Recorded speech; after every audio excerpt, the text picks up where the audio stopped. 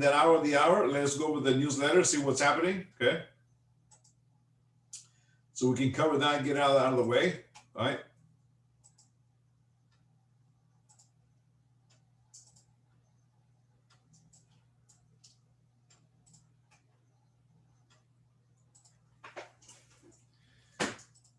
The wonderful, wonderful newsletter. Okay. Here we go.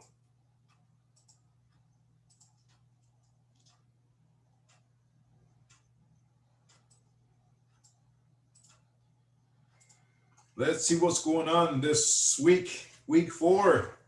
Week 4, guys. 2 weeks left after this one, okay? So what is going on this week? Remember this Sunday, spring forward. Okay, spring forward.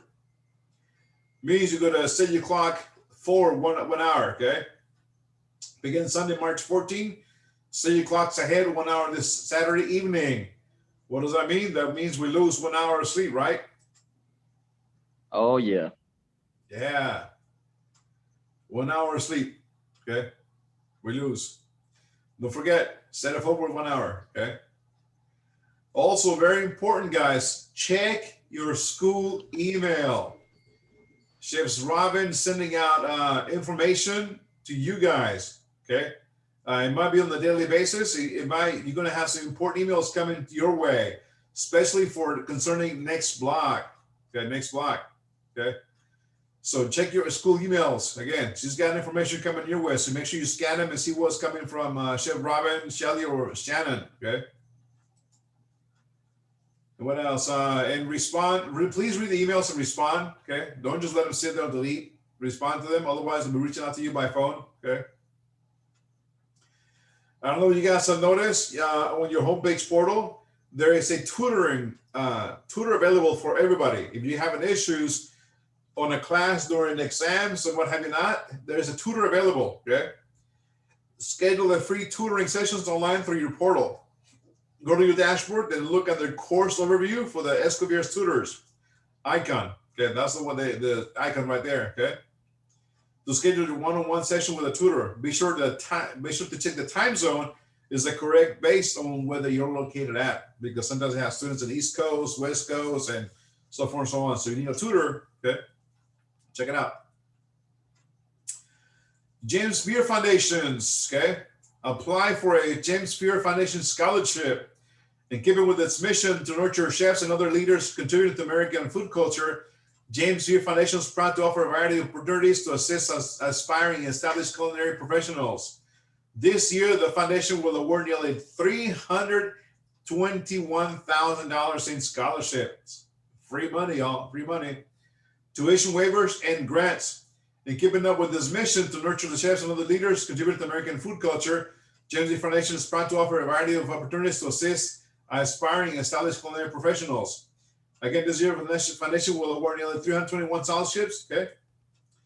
Through grants, applicants must be enrolled or plan to enroll in a culinary program or accredited culinary school in fall 2021. Applications are accepted until April 1st, 2021. For information, go to the link, jamesbeard.org/scholarship, okay? Free money, free money. Got to go for it, right? And again, Talk Campus. Don't struggle alone. Let's talk, okay? Why Talk Campus? Okay.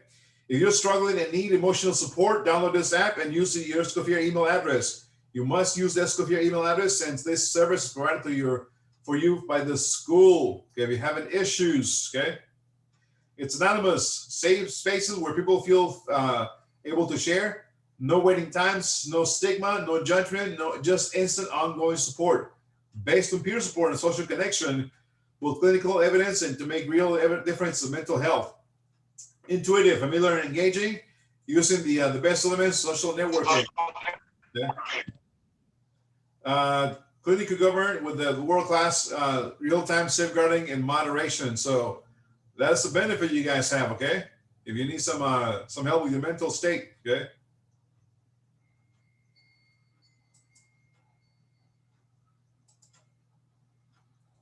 And again, your holiday calendar, there it is, okay? Remember this class, this blocks ends on a Thursday, on the 25th. Okay, Thursday 25th. Okay, that's when this class ends. Okay.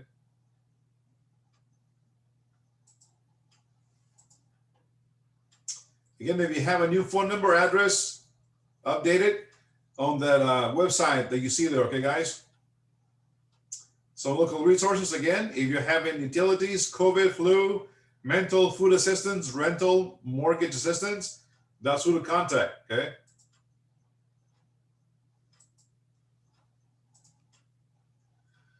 New website to help in mental health issues during COVID, mentalhealthtexas.org. If you have issues with your mental health, okay? Christie Center, always there for your loss, after your loss, okay? Into school departments, that's who to contact if you need some assistance. What else? Zoom desk. Who was having a Zoom issue? Carlos, Sergio, right? Who couldn't get to your portal? Carlos, Sergio, I forgot who. It was me, Chef. There's your information. Okay, you still having issues. There's the info. Let me take a picture. Okay, we go through it every Monday. All right, guys? Having issues with your portal.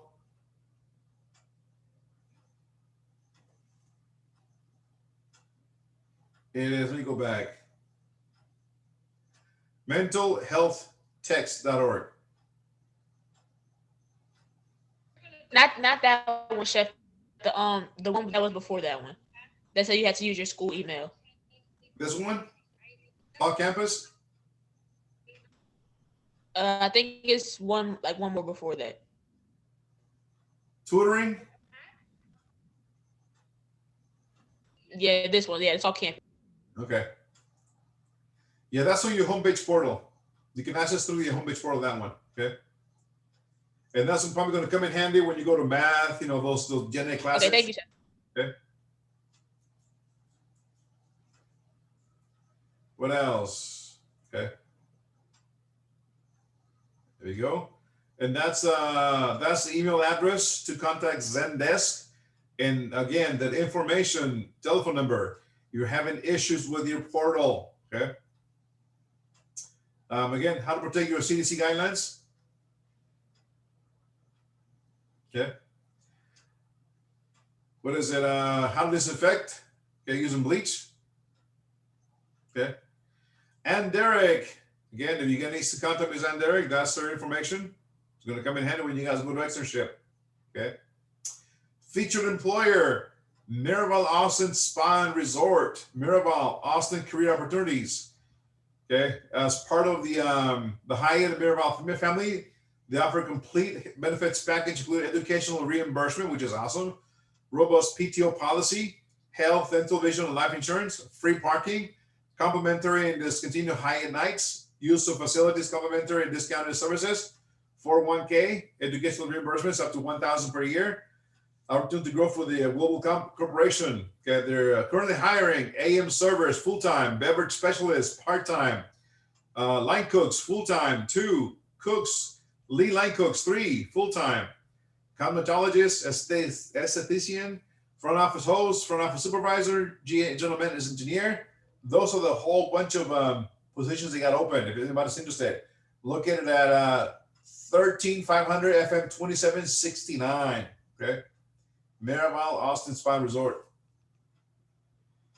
Bangers Sausage House and Beer Garden, located in downtown Austin, is hiring for a few key positions, ranging from bussers, 14 per hour, line cooks, 13 to 16 per hour, a couple of apprenticeship roles within the butcher shop.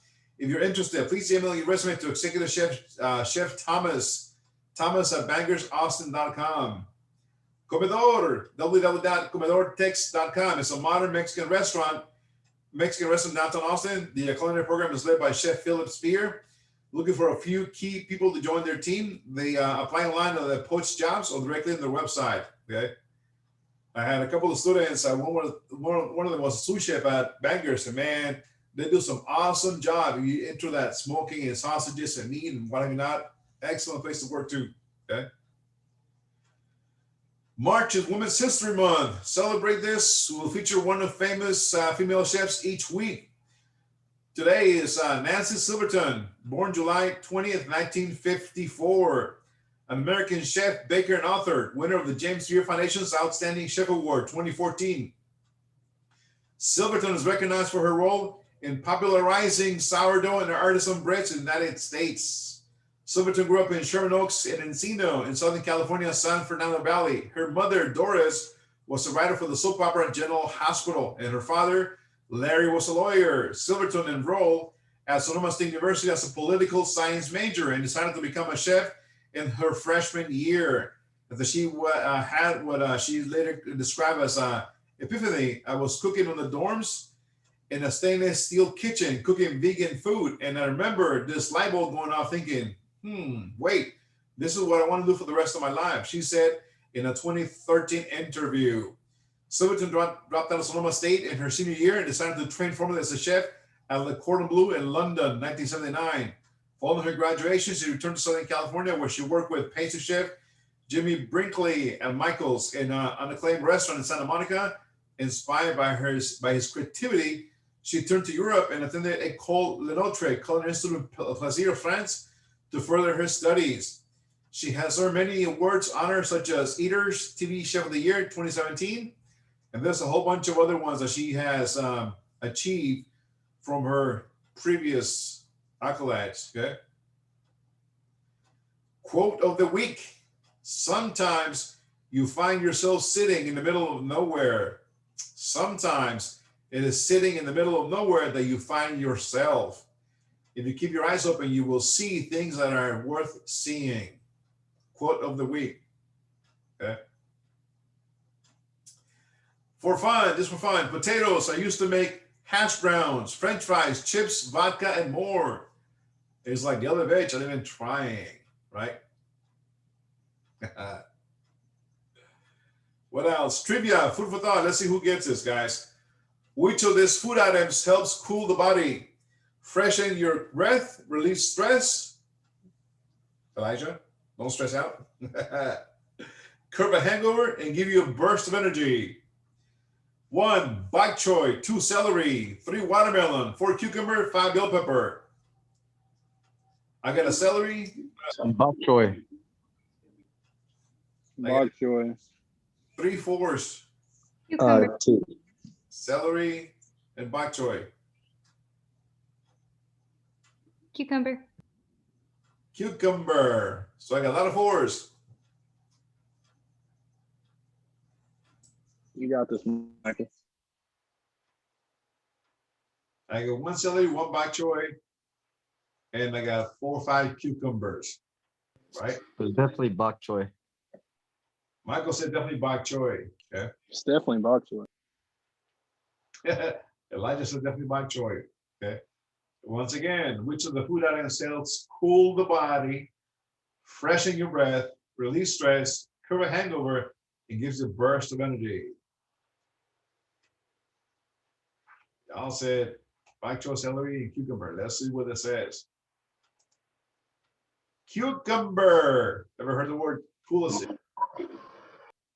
Cucumbers are a great source of vitamin B and carbohydrates. They can provide that afternoon pick-me-up that can be just a bowl of jolt what you need. Stressed? Cut up an entire cucumber and place it in a boiling pot of water. Chemicals and nutrients from the cucumber will react with the boiling water and be released into the steam, creating a soothing, relaxing aroma. Maybe that's what we needed in K2, right, Mr. Nika, Elijah? Take some of those cucumbers, boil them and let that steam come out, right?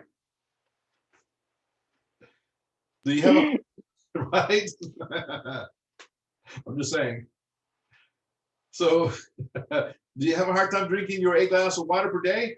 Try munching on some cucumbers. They're made of 95% water. Snacking the cucumber can also help hunger. Out of the date, realize that you forgot your gum breath mints. Relax, right? Oh man, there's nothing worse than halitosis. You ever come close to somebody and they're like, you see the green fumes coming out of the mouth? I'm like, dude, man, ugh.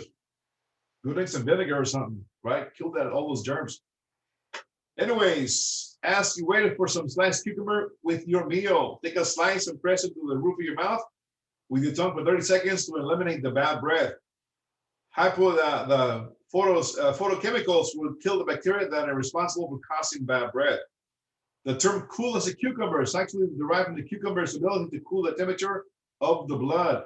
Also, when applied topically, cucumber really does cool the blood and ease facial swelling, which is why cucumber is so popular facial regimens. Okay, so cucumber. Okay, that's what we have. Okay, any thoughts about newsletter? All right. Let's see what's happening in today. Okay. Oh, this is foundations. Yeah, I went to that. Okay. Day 20. No, we're not looking at day 20. There we go. Okay.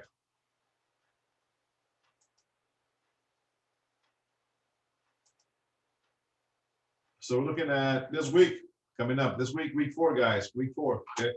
Very important, guys. Very important. Okay. So we're going to look at all this. We're going to be looking at garde manger.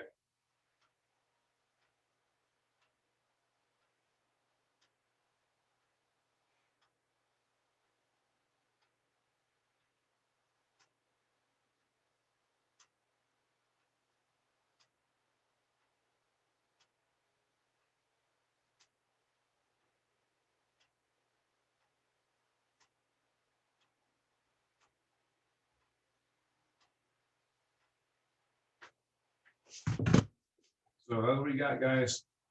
Okay, garde manger. Let's take a look what we got. Okay. Garde manger means cold kitchen, foods and preservation. The meaning garde manger has changed over the years. Garde manger, pronounced garde manger, is a French term that roughly translates to storing, keeping, protecting, to eat. Okay, and the term originally referred to as pantry or food storage area. Today it can mean a person or place in the kitchen. Your salad station is a garde manger. Okay, modern meanings in the modern culinary arts, the term garde manger can refer to the chef who oversees cold food production. Similarly, garde manger can also refer to the specific area of the kitchen where cold food production takes place. Classical meaning.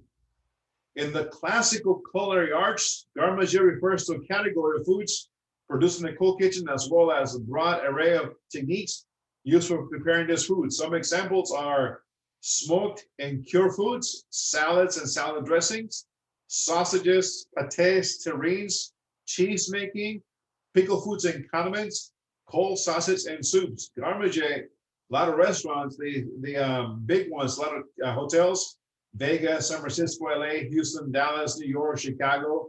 They have huge hotels and they have a garde manger kitchen with a garde manger sous chef and about 4 or 5 underlings under his command. Okay, that's how big they are, and that's how much production they do. Okay, they take care of all that is cold. Okay, coming out of the kitchen. Okay, garde manger, because the tradition of the garde manger dates to an age before refrigeration. It encompasses many classical techniques for preparing and preserving food, such as ballotines and galantines. Galantines is a chaud froid, hot food presented cold. Jacques Pepin does an awesome galantine where he debones a whole entire chicken. Okay, I'm gonna show you guys in a minute. Remember how you guys debone the chicken in foundations? How you French cut it? Yes, chef. Okay. Jacques Pepin debones a chicken. Let me see if I can pop it in real quick so you guys know what I'm talking about. Okay. Jacques Pepin deboning chicken. Okay. For the galantine. It's a really cool technique, guys. Really cool techniques. Okay. Take a look at it and let me know what you guys think about this technique of deboning the chicken for galantine. Okay.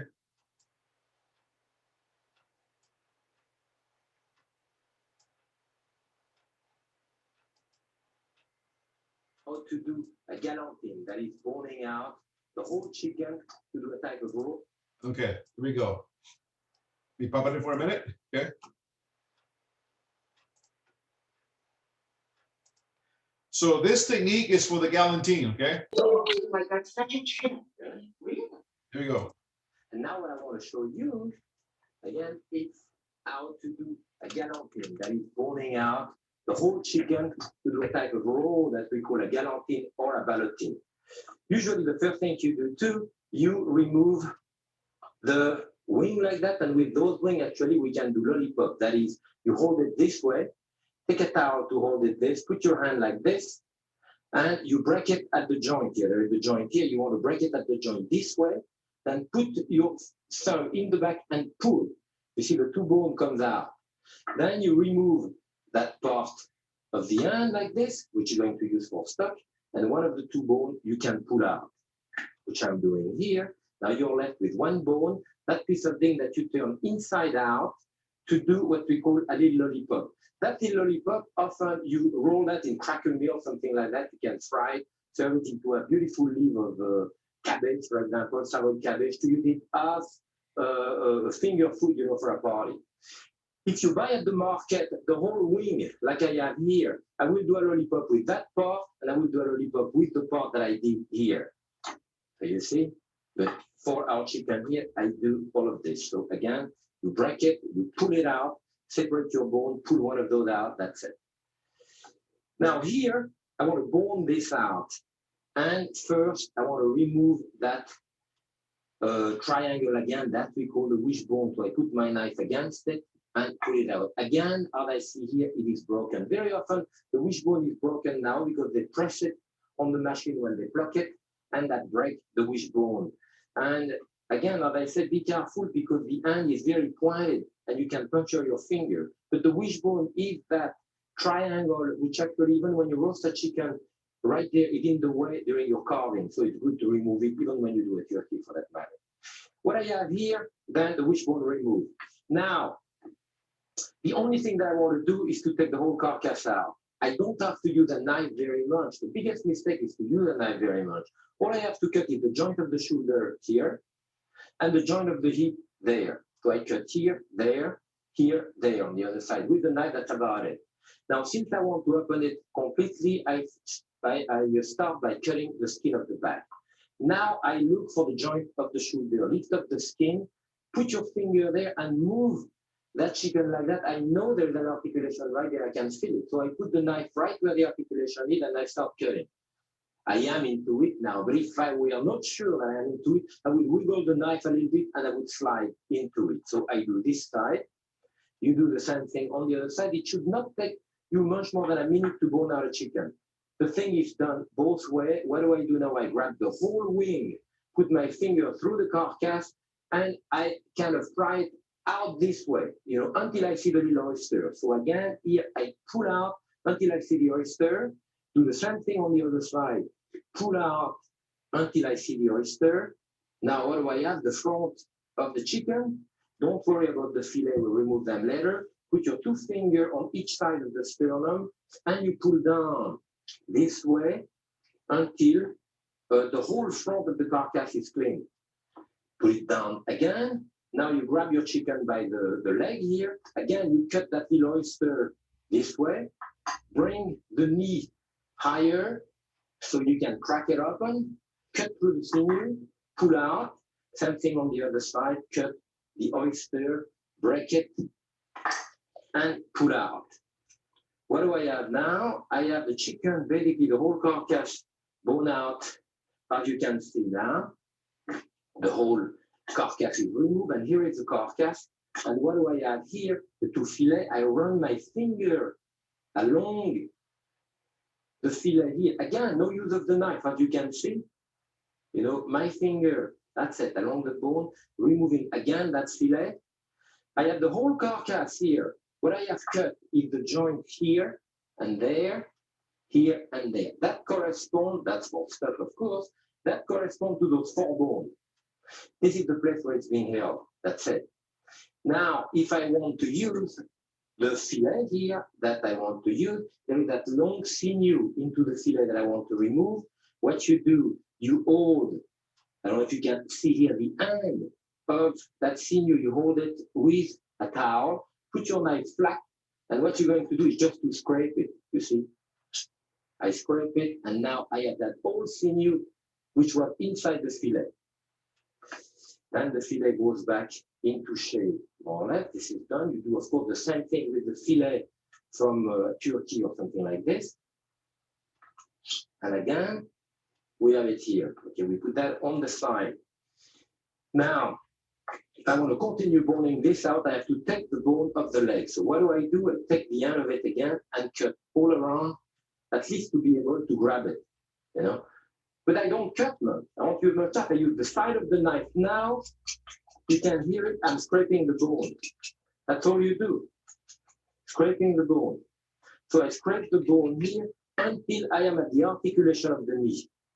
Now I could cut the articulation of the knee, but it would be hard after to go on. So what I do on the contrary, now I cut all around the articulation.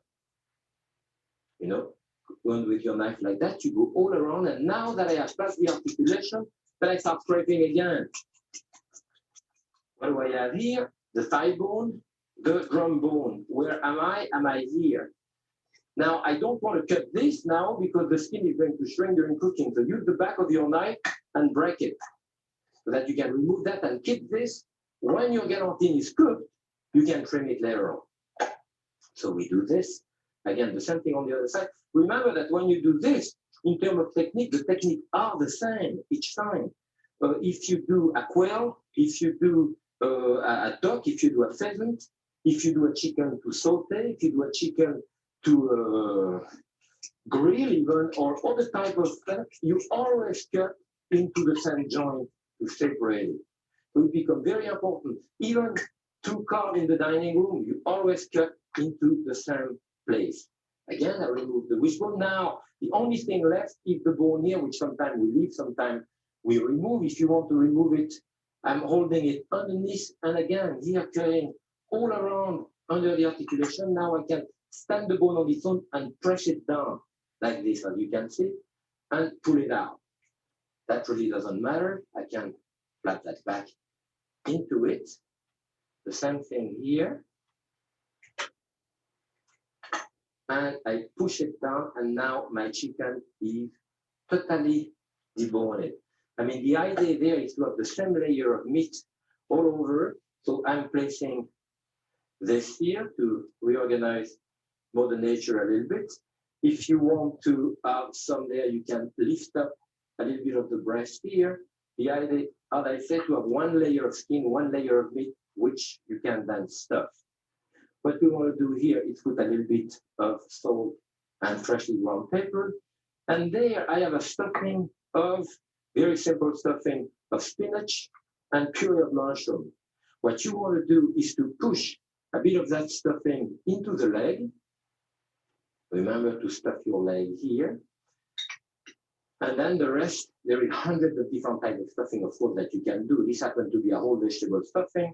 You can do it with meat, you can do it with liver, you can do it with pate, you can do it with all kinds of different vegetables. Now I have that layer, bring it around. You see a common way of doing it to that is to sew the back, but I don't think it's necessary, because if you slightly overlap it like this, I have a bit of skin here that I can bring around and turn your chicken upside down like this. Bring the skin here, cross his leg, and now again, I'm ready to do the galantine or ballotine here. You can do that at a pate. So now we bring that around flat. Make a knot right at the end here. Keep a piece right there. And now we do that technique we call the half hitch, which is just this.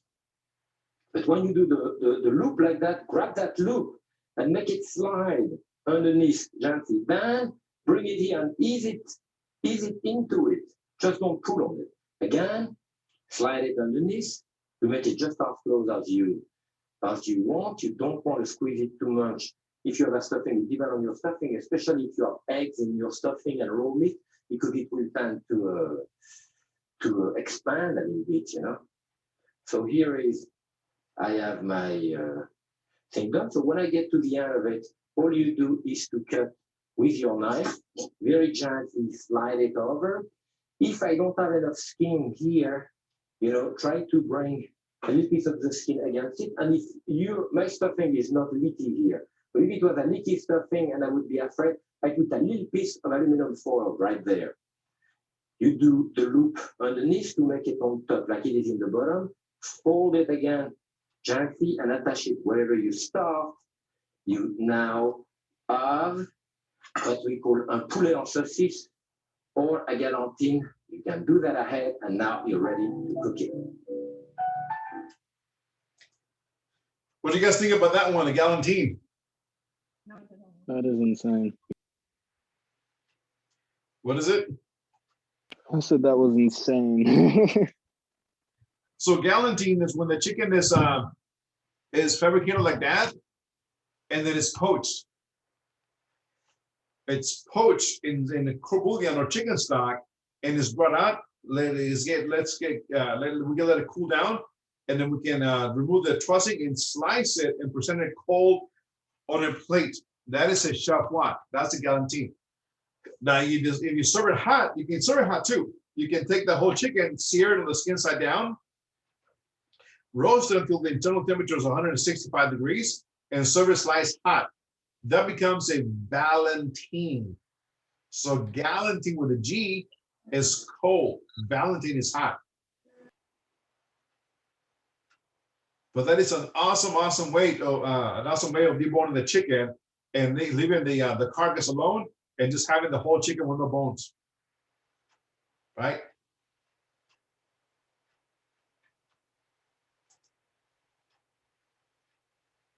So like I say, chef one, hot and cold, okay? There we go. Let us go back to it, okay? So here we go. Garde-manger, okay? Back to garde-manger and galantine. Okay. So galantine, that was what it's all. That was the elaborate stuffed chicken, okay? For the to form a sausage. That's a galantine, okay? Even before refrigeration, kitchens generally had one area that was constructed to maintain cool temperatures, usually a cellar of some kind. This was particularly true to large ones. The chefs who cooked for royalty and nobility performed the duties. Here, there was various methods of food preservation were employed and sometimes invented, where it was pickling, salting, and air drying, all in service of the primary goal of preparing and serving food fit for the ruling class of the day.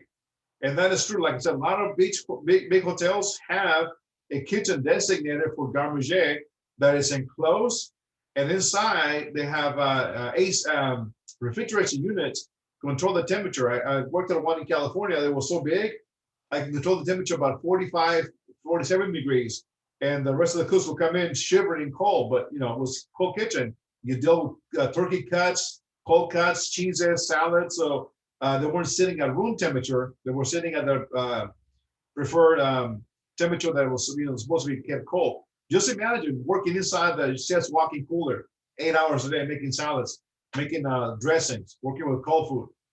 Okay, that is a garde-manger. Okay, so garde-manger. Okay, and again, food preservation. To understand how it's possible to preserve food using these techniques, it helps to remember that food spoilage is caused by bacteria, which are tiny organisms that require, among other things, food, water, and oxygen to survive and reproduce.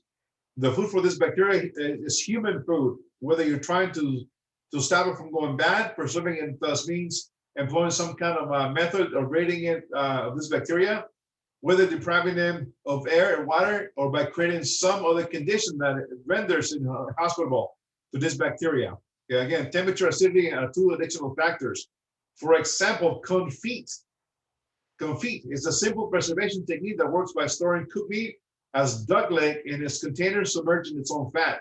Duck leg is seared on the skin side down nice and brown.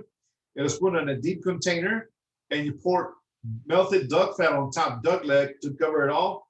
You saran wrap aluminum foil on top and pop it in the oven until it cooks in its own fat. Take it out, let it cool, remove the foil, and the duck leg is encased in its own fat. Oh man, it's delicious. It is so good. So anyways, confit is cooking and preserving in its own fat, but it has to be totally submerged in it. The fat creates an airtight seal, depriving spoilage because bacteria have oxygen, and thus preserving the protein item without refrigeration. know that it's still important to keep confit in a cool locations since the fat can turn rancid if exposed to excess heat. Cheese making is also a form of food preservation. Cheese is made by curdling the proteins of milk, either with a live culture or with a mild acid, and then squeezing most of the water out of it, leaving only the protein and fat. Thus, fresh milk, which is itself highly perishable, it is transformed into a product that, because it's low moisture, can be stored in several months in a cooler cellar or in a cave. Okay. Charcuterie. Welcome to charcuterie. That's how it's pronounced, charcuterie. Definition: the production of pâtés, terrines, galantines, sausages, and similar foods. Okay.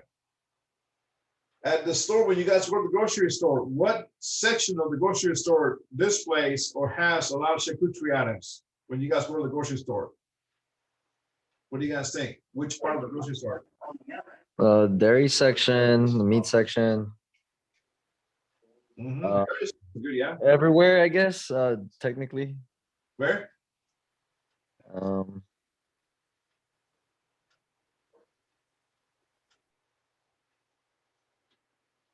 Think your deli meat. Over by the I was about to say over by the deli meat. All that Because turkey. you need all your cheese and crackers and your meats to go on the charcuterie, your grapes. Uh-huh. All that deli turkey, that ham, bologna, those hot dogs, prosciutto ham, capicola, salami, pepperoni, all that is considered charcuterie. Okay. Even your sausages, your Italian sausage, breakfast sausage, all those is part of charcuterie. Okay. So when you go to the store, you see a big long display of all the charcuterie items. Salting, curing, branding, and smoking. The definition: ancient techniques of preserving food. Bring it back to the Vikings a while ago that were salting cod to take over their voyages across the ocean, because cod, if they didn't salt it, they would go bad. Okay. And again, they have food and they have salt, sodium. Because what happens when you eat a lot of sodium? You retain your water, right? You get bloated, right? You guys ever go to the Grand Canyon or the desert? They advise you guys to eat a lot of salty snacks. Why? So you guys can retain your body, your water inside your body, your moisture. Okay. Because if you don't eat all those sodium, salty, high salty items, you're gonna sweat a lot. You're gonna lose your hydration. Okay. Today, methods are used for flavor rather than a necessity to preserve foods. Examples: ham, corned beef, smoked salmon, my favorite. Okay. Salt curing, processes surrounding food with a salt mixture of salt, sugar, nitrate-based curing salt, herbs, and spices. So we are going to cure the egg yolks. We're also going to make gravlax coming up next couple of days. Okay. What salt curing does? It dehydrates the food. It extracts the moisture. Okay. Inhibits bacterial growth. Aids in flavor, most often used with pork and fish. Okay. Bacon is salted. Fish, gravlax. Okay. Even beef jerky. Okay. Not a quick method because it takes time to produce. Salt cure items that are generally higher in price. High production cost equals higher price for finished item. Example: country style ham takes 1.5 days of curing per pound of meat. 3 weeks of curing time for the average ham. 3 weeks. Brining a very soft marinade. Most are 20% salinity. So the recipe for brining is 1 pound of salt versus 1 gallon of water. Can also contain sugar, nitrates, herbs, and spices, sometimes called pickling. Okay. You guys remember Foundation when you guys made the Southern Fried Chicken? You guys remember that day? Yes, chef. That was some good chicken. Right? Why? Why was it good chicken? Why was it nice and tender? Because of the salt brine. Right. You brined it the day beforehand. So when you deep fried it, man, it was like, oh, right? So good. Yep. So intro to charcuterie, little history. Traced back as far as the 1st century. Records show import of salted meats. Romans first to regulate of charcuterie. 15th century France, local guilds for charcuteries. Preparations of cooked, salted, and dried meats and fruits. Items varied regionally. Lard, only raw meat allowed to be sold. Charcuterie products include pâtés, top left picture, that is a pâté. Rillettes, top right picture. Okay, we used to have chicken liver mousse pâté in the form of the rillet if it's a container. Sausages, we are going to make sausages Tuesday, I believe, or tomorrow, Tuesday. Bacon, pork belly, that is salt cured, then it is smoked. Trotters, as you see the bottom of that picture, okay, and head cheese. You guys know what head cheese is all about? Can we talk about it? What is head cheese? Head cheese is a non-dairy product. Okay, pretty much when you have your pig, you save the head, you skin the head, so you have the face, so like Texas Chainsaw Massacre, right? The mask for the pig. You take the skull, eyes, tongue, everything in the pot, put it with some water, simmer it for overnight, bring it up the next day, remove that skull, pick all that meat off that skull, strain that broth, save all the meat scraps, put that nice clear broth back on the pot, simmer it again for 6 to 8 hours until it reduces. Take all the meat scraps from the eyeballs, the cheek, the tongue, whatever you get out of the skull, put it in a mold, okay? Season it with fresh thyme, some herbs, and then grab that stock that has been reduced and pour it in that mold, and put it in your refrigerator so it coagulates. That is head cheese.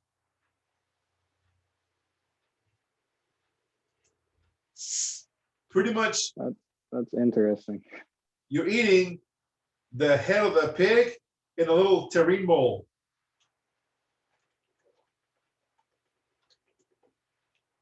You guys will be making that in the farm to table class coming up. That or porchetta de testa. Porchetta de testa, you take the head of the pig, remove the skin, okay? Boil the skull, same technique as the head cheese, bring it out, pull the meat off, strain that juice, save it for another cooking technique. Get some of the pork scraps, grind them up, grab that face, the pig's face, and stuff it with all that meat. Fold the ears to cover his eyes, tie it, vacuum seal it, sous vide 24 hours, take it out, smoke it for about 4 to 6 hours, bring it out, let it sit on room temperature, and then slice it and serve it. That's porchetta de testa. Oh man, it's so good. Yep.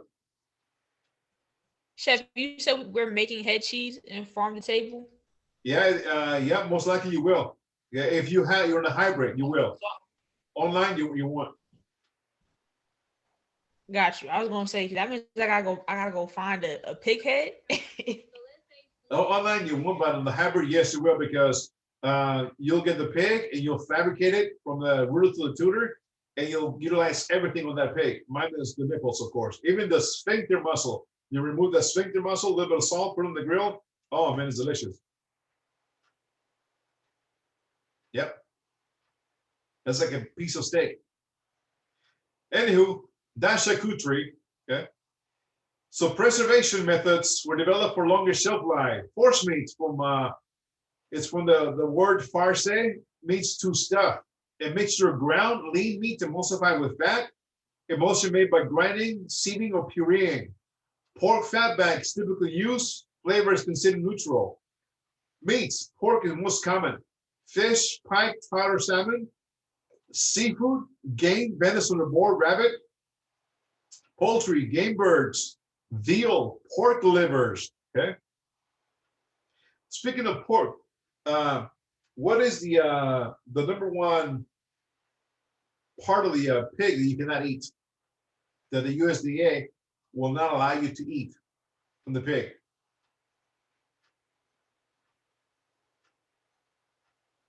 You cannot eat.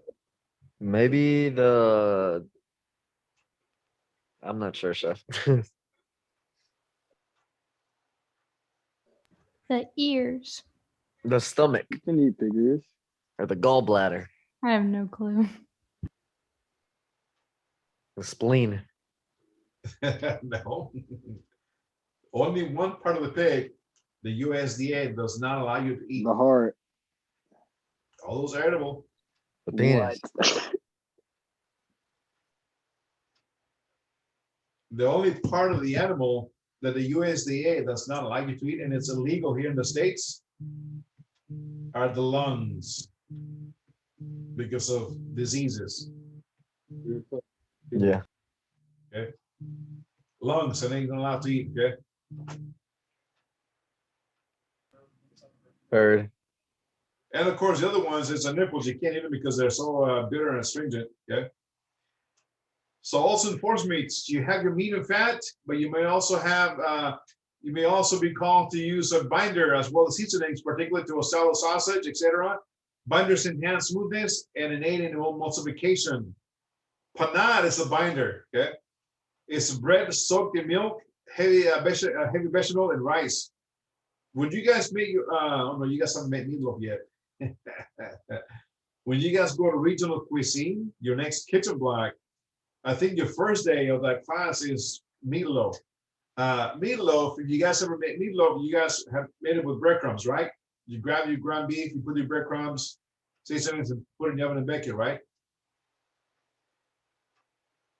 Yeah, something like that. A little tomato sauce, Right, or ketchup. some pork maybe, you know. Right. So the best way for the meatloaf to come out nice and moist, grab Japanese breadcrumbs, soak them in milk, take them out, squeeze the milk a little bit, not too much, and fold the wet breadcrumbs into the meat, and then shape your meatloaf and make it. When your meatloaf comes out, it's going to be so moist, it's not going to be dried out, because what happens when you add straight breadcrumbs to the mixture, breadcrumbs are dry, they're going to extract the moisture, and meatloaf's going to come out almost like the texture of cardboard. Just remember that when you go to find regional cuisine, okay?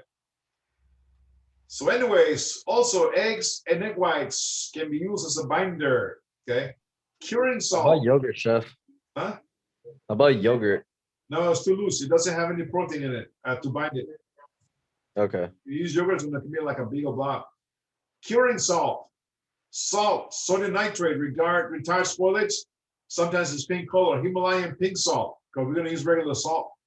Pate spice, mixture of spices and dried herbs. And you also got to test for correctness, okay? So when we make our sausage, you're going to follow the recipe. And remember, you got 1 pound of ground pork. Take a look at your ingredients and make sure that you got according to the 1 pound of pork for your breakfast sausage and Italian sausage. You're going to mix it and then take a little piece of that ground pork mixture, cook it off and taste it before you start making the sausages. And then go back and adjust the seasonings if you can, okay? But always taste, okay? Hey chef, if we could get curing salt, would you recommend doing that for the salt cured eggs and salmon? No, you can do regular salt, regular Okay. cup of salt. Okay. So salt, right? So main styles of for me. You got the straight, progressive grinding, okay? Equal parts of pork and pork fat with third dominant meat, okay? You got a coarse, country style, coarse, okay? No, not in Greek cooking. Yogurt is not used as a binder in Greek cooking. Yogurt is used as a flavor enhancer, and also to make like green chutney, to make naan bread, but not as a binder, okay? So pork fat, okay? Pork fat, pork livers, with desired garnish. Gratin, portion of the main protein is brown before ground. Mousseline, very light texture. So those are your kinds of pork meats. We're going to use the straight and we're going to use a little bit of pork fat. We're not going to use the country style. We're not going to use the gratin. We're not going to use the mousseline. We're going to use the straight method of making the sausages, okay? So the word sausage from the Latin word sal means salt, salchichas, okay? Defined as ground or chopped meat, salted and placed into a tube casing, usually hog or sheep's casing.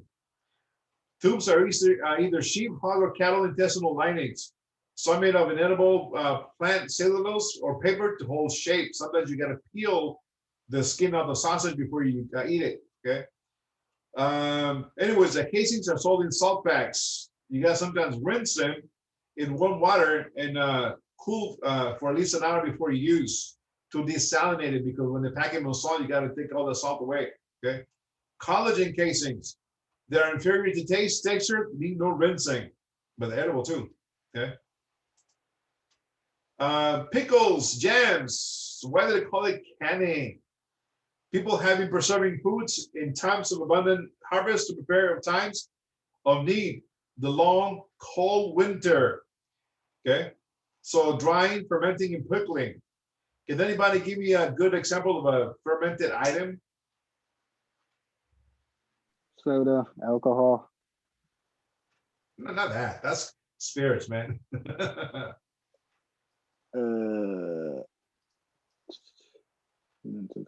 Fermented. Dough. Where?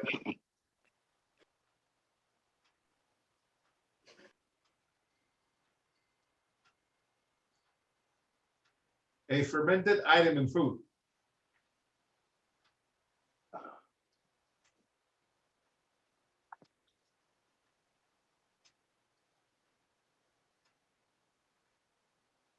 Yeah, nothing. Didn't I kind of looked up some and sauerkraut's on there, kombucha, kimchi, Kimchi. yogurt. Yogurt, yep. Kimchi is a very good example. Kimchi is in Korea, South Korea. They harvest a napa cabbage in the fall. They salt it, they rub it with spices, put it in an earthenware clay pot, bury it underground before the winter starts. It's buried for 6 months until spring the next year. Then bring it out, and you got kimchi. Sauerkraut is another one. Cabbage, but it's from Germany, right? Kombucha is another one. So kimchi is a perfect example of fermenting. Even now, with all this probiotics and so forth and so on, people that are fermenting their hot salsas, yeah, their Tabascos, whatever, items, not Sriracha Tabasco, but people that are starting to ferment their products so they can be more probiotic, so you can have thinner gut. That's what they say. I don't know. Anyways, fermenting and pickling. Do you know the namesake of our school, Auguste Escoffier, responsible for the invention of canned goods in tin cans during World War I, right? What originally changed to be able to ship canned foods to the troops? How has it evolved? Still canning. Canning usually involves placing hot brine veggies in a sanitized canning jars, covering with brine, and processing or cooking in a canning pot with boiling water for a period of time. So we didn't have any mason jars. If you guys are online, if you guys were able to buy mason jars, do so. Ms. Elijah and Ms. Anika, if you guys have access to the mason jars, you might want to use them, okay, to pickle your pickles. Okay, we didn't get none for the hybrid, so I'm going to use my Mies cups to brine. I mean, to do my pickles. I think I have a couple of mason jars from last block that I emptied and washed. So if you're using mason jars for your garlic and dill pickles, bread and butter pickles, the best advice to do is to use the mason jar is to sterilize it. Do you guys know how to sterilize a jar or mason jar before you use it for pickling? No. So you put it in like really high heat for a while? No. If any of you guys been around a baby, a newborn baby, how do moms sterilize the baby bottles? Do you boil it, Chef? Bingo. Plain boiling water. Okay. So if you have mason jar, get a pot of boiling water, grab the mason jar with a pair of tongs, and slowly put it into the boiling water without burning yourself. Don't just drop it from the top, because if you drop it's going to go to the bottom, it's in the sink, it's going to shatter and break. Okay. So let it sit there for a few minutes, take it out, let it air dry. That's sterilizing the mason jars for your bread and butter pickle. Okay. Also for canning, anything you can, those jars or cans need to be sterilized before being used. Okay, remember that. Okay. Pickles, usually vegetables made vinegar, salt, or solid sugar in nerve solution. Can be canned hot, traditional method. Cold pickles are quick version. Solution is heated. Okay, so we are going to make bread and butter pickles, and we're going to make garlic and dill pickles. We're going to add the hot liquid into the pickles into a container. Okay, jellies, jams, and marmalade. What's the difference? First, fruit or juice has to be cooked with sugar, water, and spices if used. Pectin may be added to ensure thickness. You all got pectin in your bags. Online, they do sell pectin at the grocery stores in the baking section of the aisle. The little packages of pectin. Okay. After cooking, fruit is ladled into a sanitized canning jar and processed. Okay. Again, put it there and close it, and you can put it back in the sterilizing water, and then for a few minutes, and then take it out. Okay. Mustard. We're gonna make some mustard. Okay. Made from mustard seeds or powder, vinegar, salt, plus or minus sugar and spices. This is canned using the same canning techniques. Okay. So here's the menu for tomorrow. Okay. We are making garlic and dill pickles, as you see on the top left picture. Okay. Or the bottom left picture. Usually the garlic and dill pickles, or we like to make them on the spears. Okay. And bread and butter pickles, those are sliced. Okay. We're also gonna make berry jam. Okay.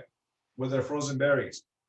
We're not gonna make a lot. We'll probably make about maybe a cup to half a cup of the berry jam. The pickles, we probably make about maybe less than a quart. Garlic and dill pickles. Depends on the cucumber. If you got a big long one, you might make 2 containers of garlic and dill pickles. So that is what's happening tomorrow. Garlic and dill pickles, bread and butter pickles, and berry jam. Okay, we're gonna make them tomorrow. We are gonna use them when we make sandwiches, but also gonna use them for our brunch practical at the end of the block. Okay, so don't throw them away. Don't give them out to your homies, your friends, roommates. Save them. We're gonna present some of the sandwiches, but we're gonna present some for our brunch practical. Okay, guys. So that's what we're making tomorrow. Garlic and dill pickles, bread and butter pickles, my favorite, and berry jam. Okay. That's how big of how big of jars? Like, could I do it like a 32-ounce jar, or is that too big? well, depending on your pickles, the big, like we got this little pickling pickles. I'm gonna use those for the garlic and dill pickles. I'll probably use a little mason jar for those too. And then I'm going to use a meat cup, or I think I have mason jar, a big one. I might go to the store and buy one, and use those for the bread and butter pickles because I love those. Those are going to be sliced. Yeah, the thing. Okay. So that's what we're making tomorrow. Easy does it, guys. Easy does it. Okay. Easy does Don't stress. Don't stress. No stress. Because we're dealing with cucumbers, right? We're putting them in the hot water, right? Yeah, that was crazy. So no stress. Pickles. Okay. Let's take a look at Wednesday. Wednesday. Okay. Where we at? Wednesday. Here we go. Okay. Sausages. Okay. Here are some of the charcuterie equipment. Okay. Obviously, we're not going to use it because we're not going to use our hot casings.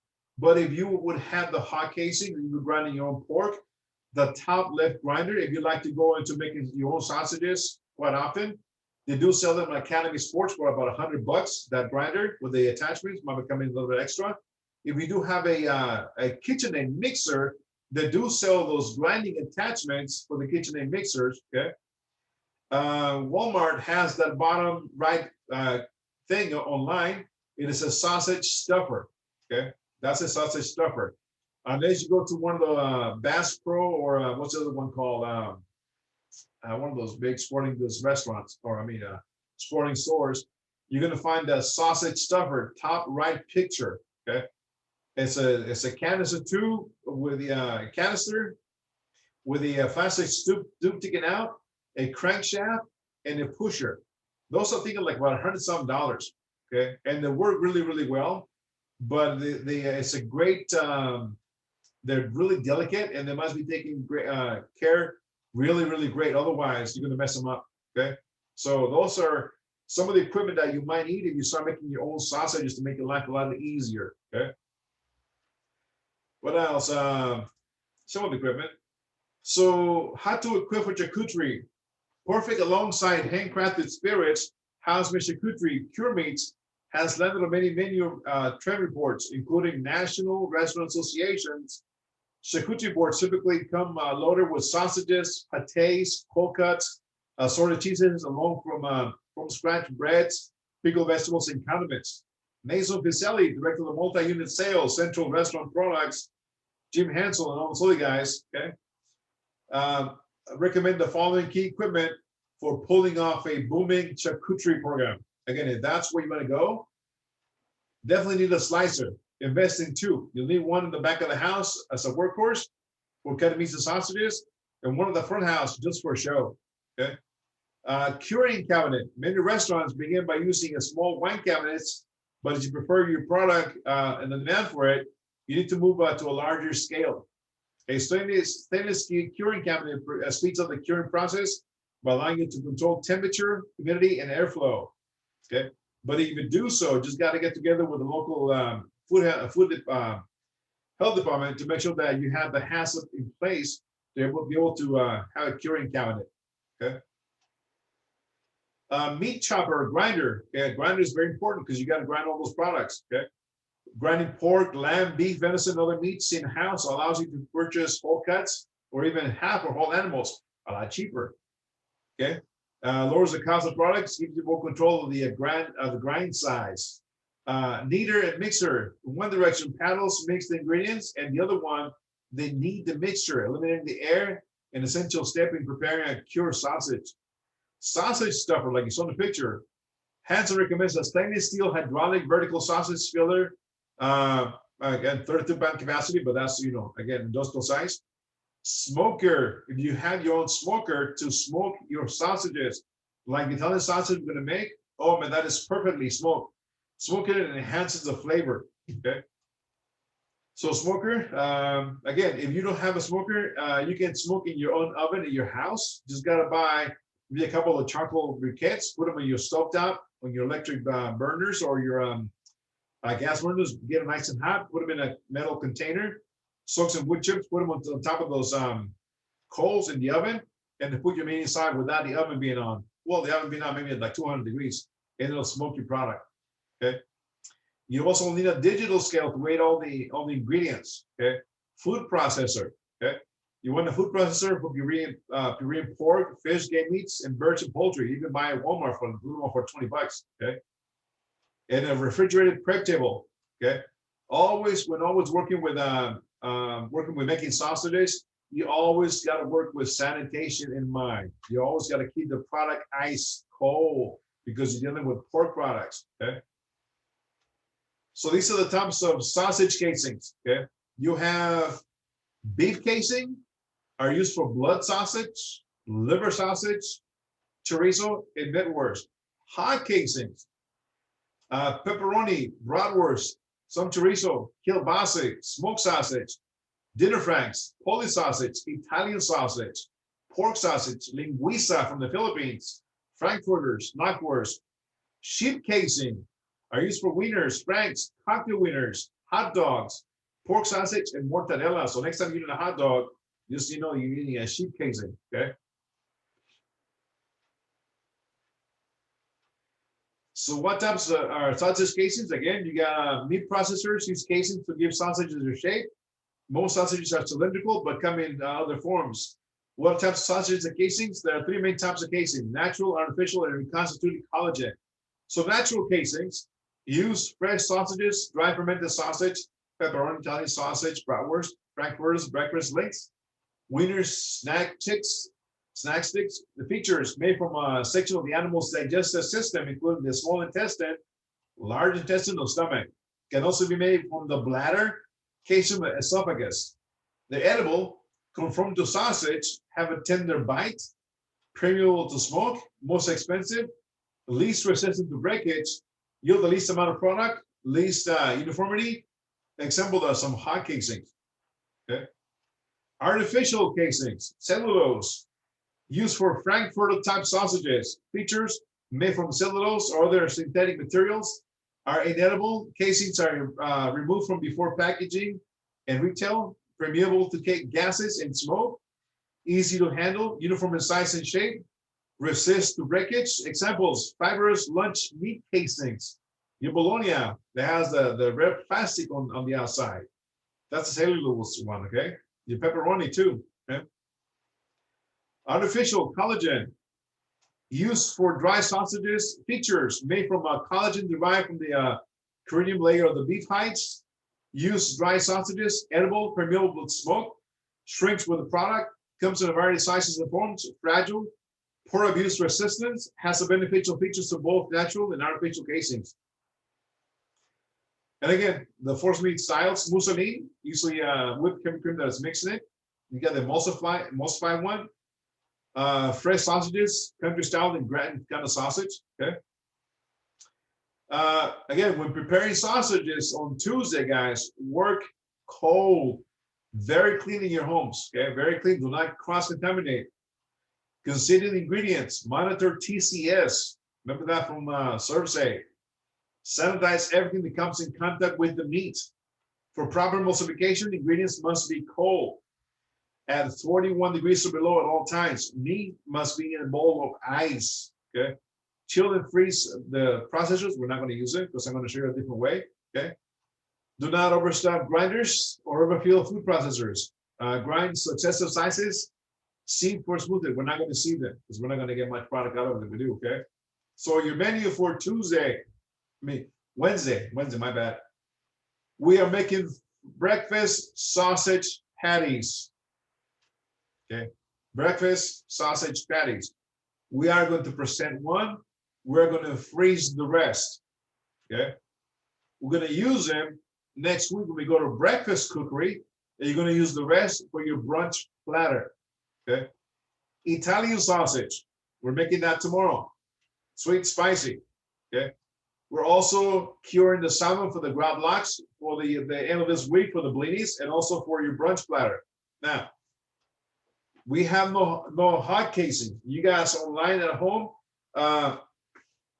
if you guys have the stuffer, want to buy a hot casing or a casing, go for it. But I'm going to show you how to stuff those sausages without using casings. Okay, we call it the hot dog style. What that means is, on a piece of saran wrap, and I'll give you that demo on Wednesday, how to make the sausages using saran wrap. Okay. Now, Chef, do you like that one better? Because to me, that sounds a lot better. The hot dog style? Yeah. It's a lot easier. You're not messing with the stuffer and all that mess. Yeah. I mean, I just usually, I don't know, like when I make sausages, I mean, I usually take them out of it. When I use a sausage, I usually take it out of the casing. So it's like, I don't know. And I don't really like how tough the casing is usually either. No, so we're gonna use saran wrap. That means it's not gonna have a casing on the outside. Okay. So we'll do that on Wednesday. Okay. So that's on Wednesday. I'll show you that technique. All right. Any thoughts about Wednesday's menu? Any questions about that menu? All right, let's go on Thursday. Thursday, okay. Thursday, we're gonna go back to salads. Remember salads from Foundations? Ish.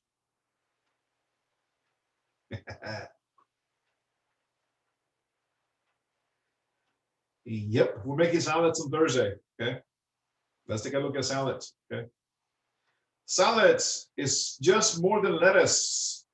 Salad is defined as a single food or a mix of the different foods and accompanied or bound by dressing. It can contain meat, grains, fruits, nuts, or cheese. Does not have to contain lettuce at all. Can be used as an appetizer, second course after the appetizer, as an entree, lunch, a course following the entree, European manner. It can be even a dessert. Types of salads. tossed, leafy greens and dressings, garnish your veggies, your fruit, herbs, nuts, and cheeses. Remember, garnish. Compose or have a body, garnish and dressings. Leafy, maybe leafy base, main ingredient for the garnish. No dressing and the main ingredient is bound. Okay. Bound, cooked meats, fish, shellfish, poultry, eggs, potatoes, pasta, grains, legumes, held together with a cohesive mass.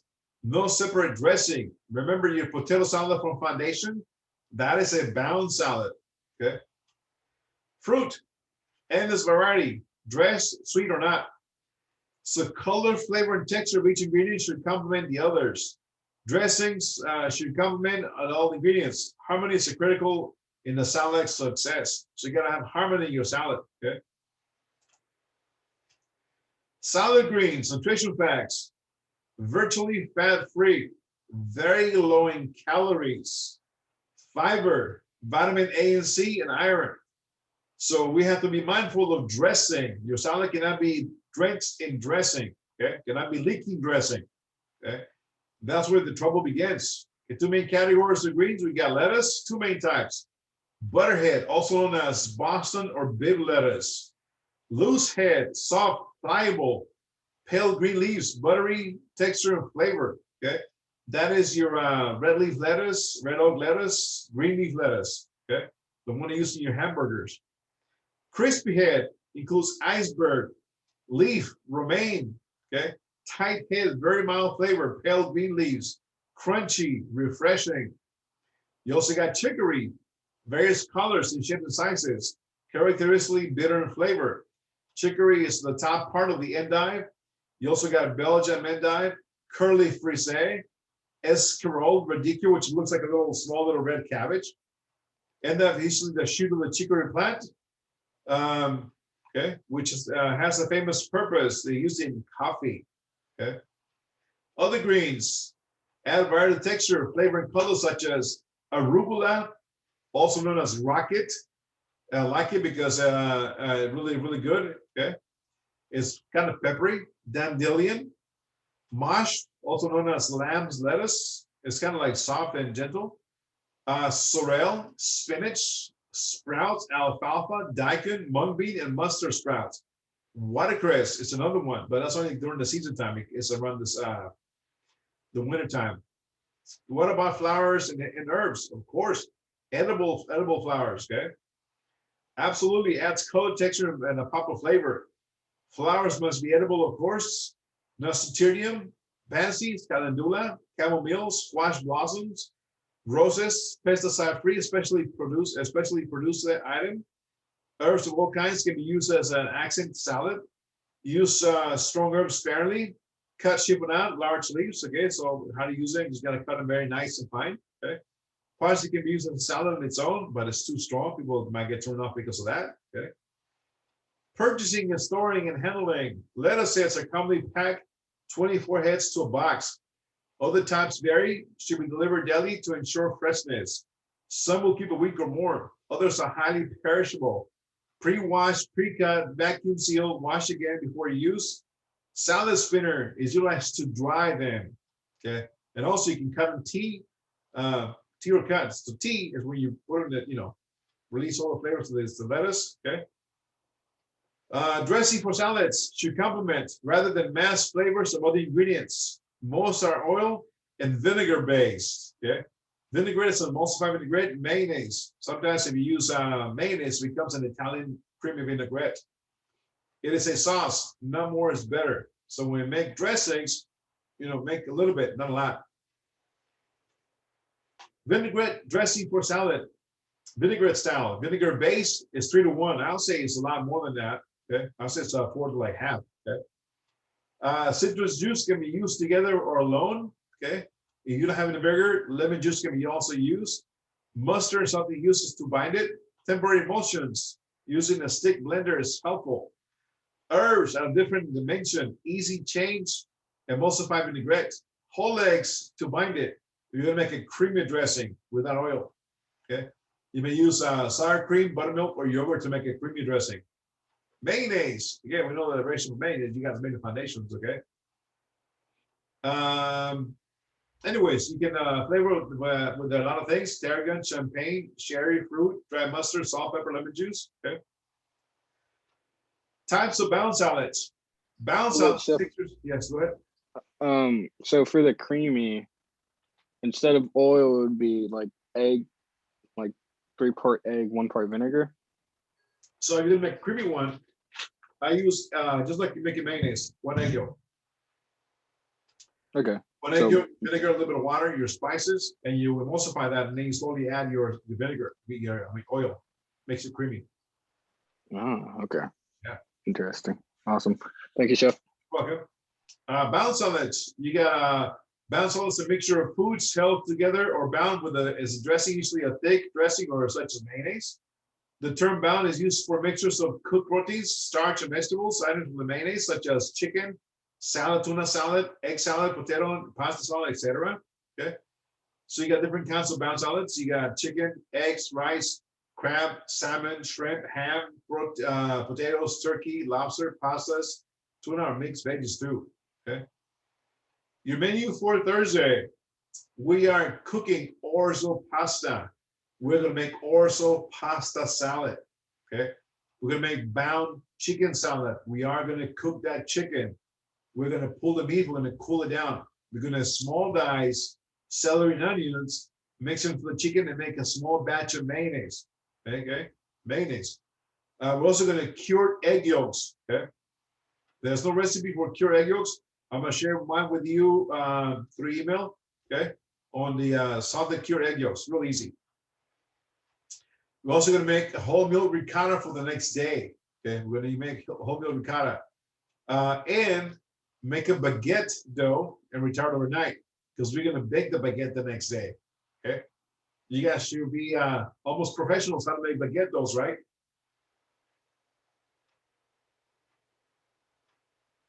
Right.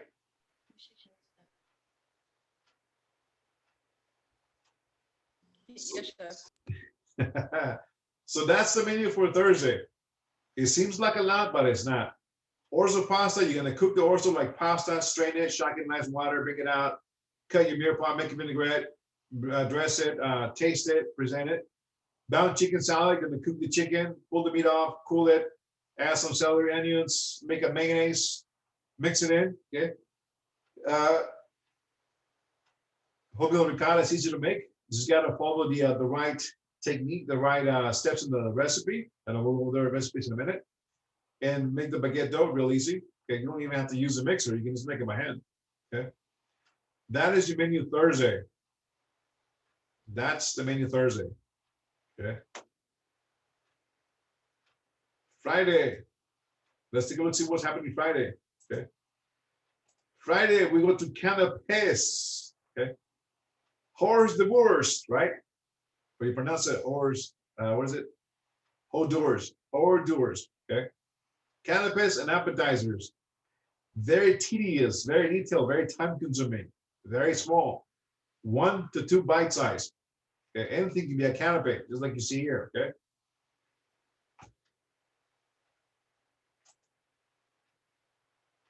Canapé, so hors d'oeuvres, hors d'oeuvre, hors d'oeuvre. Okay. Hors d'oeuvre is a right pronunciation. Definition: very small portions of foods which are served before the meal to whet the appetite. They can be served hot or cold. Now prepared by the garde manger chef of the kitchen. Guidelines for hors d'oeuvres: small, 1 to 2 bites, flavorful, well seasoned, not overpowering, usually attractive, complement foods that follow, do not duplicate flavors. Okay.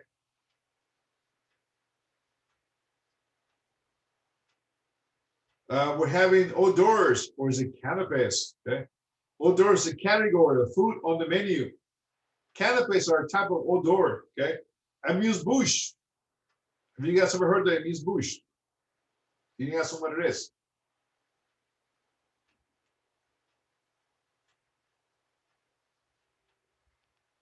Sorry, you kind of cut out. What did you say again?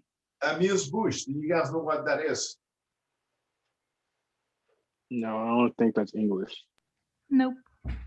Amuse-bouche is a small little piece of like a little appetizer that the chef creates in the kitchen and sends it out to the customers when they sit down before they order the menu. It's a little enticement of what's to come, and it gets the palate going so they can order different things on the menu. And then usually whatever the chef's is having for a feature that day, he or she may create a small little taste of what's coming up ahead so people can get interested. Okay. So a small, very small piece. Okay. Appetizers are typically first course of the meal. They can be either hot or cold. They can be a starter, cold hors d'oeuvre. There are 5 main categories based upon preparation. You got canapés, okay, almost like a little open-faced sandwich. Crudité. Do you guys know what a crudité means or is?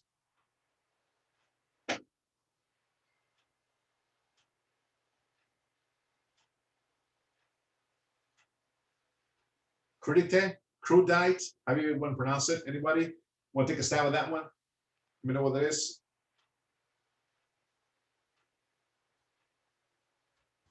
That's a crudité. What is it? A crudité. What is it? Is it What's like it say? I'm just gonna take a guess. Go ahead. Like one of those crouton chips with something fancy on it. Uh-uh. Vegetable platter. Bingo! Crudité in translate to English means raw. It's you ever go to HEB or Walmart and on the produce section, they have little plastic platters with celery sticks, carrot sticks, cherry tomatoes, radishes, broccoli, florets, cauliflower, little thing of ranch dressing with a clear top. That's the crudité. Okay, that's the crudité. Means raw. Okay. You also got dips, artichoke, the spinach dip, guacamole, 7-layer dip, salsa, caviar. My favorite caviar. Ooh, my number 1 sushi, sashimi is also considered a hors d'oeuvre. Okay. So let's talk about canapés, tiny open-faced sandwiches.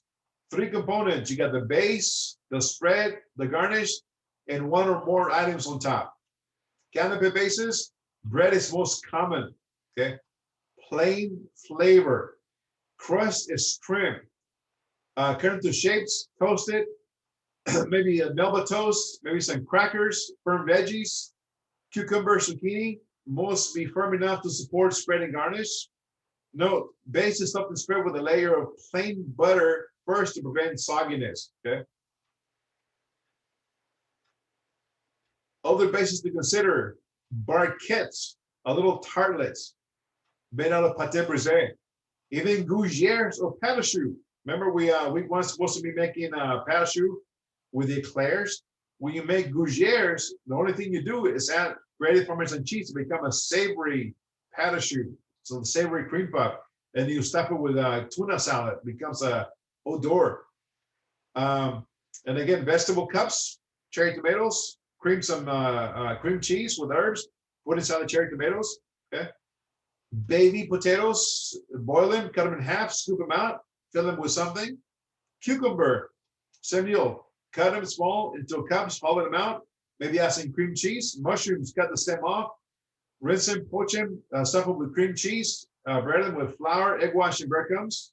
Endives, like a little boat. Hard-boiled eggs, devil eggs, also a canapé. Blanched snow peas. All should have you filled with as close to surface as possible, because if you fill them in too early, they are going to get dried really quick. Okay. Spreads for canapés provide much of the flavor. Examples: flavored butters, flavored cream cheese, combination of butter and cream cheese, bound salads, shrimp liver mousse, shrimp toast on Chinese cuisine. No, the base is something spread with a thin layer of plain butter first to prevent sogginess. Okay. Spread guidelines is it as the texture, smooth enough to be piped attractively, consistency, firm enough to hold pipe shape, soft enough to stick to a base and hold garnish in place. Flavor complements garnishes. Flavor to stimulate the appetite, not overpowering. Okay. And again, crudité means raw thing. Raw, lightly blanched vegetables served with one or more dips. Important, the prep goes in it. Best looking, no blemishes. Cut to similar size in the same tray. Arrange on platter. Guests serve themselves, either with toothpicks or a pair of tongues. Okay. Dips for crudités can be cold, mayonnaise based, sour cream, cream cheese, thicker than salad dressing. Hot can be bechamel, like in spinach stick artichoke, cream cheese, dominant flavor, spinach, seafood. Okay. Caviar. Let's talk about caviar. You guys ever had caviar? Anybody? You guys know what it is? Is the eggs from like salmon and trout. And in America, they use some other fish to make it like cheaper.